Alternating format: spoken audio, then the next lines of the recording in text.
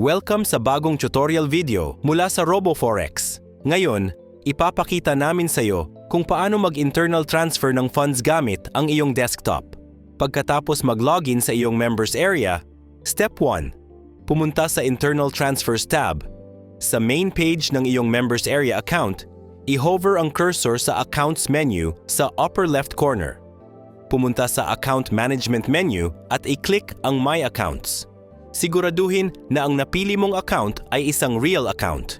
I-hover ang cursor sa Funds menu at i-click ang Internal Transfers. Tandaan, kung ang Internal Transfers tab ay hindi naka-activate, bumalik sa isang steps at siguraduhin na real account ang iyong napili, hindi demo account. Step 2. Mag-transfer ng funds. Punan ang mga sumusunod na field. Piliin ang account kung saan manggagaling ang funds. Ilagay ang password ng account na ito.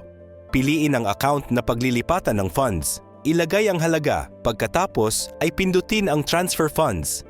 Matagumpay mong na-transfer ang funds sa pagitan ng iyong mga account. Maaari mo ring i-check ang iyong transfer history, kasama ang eksaktong oras ng transfer, halaga, beneficiary account number, at status. Salamat sa pagpili sa RoboForex.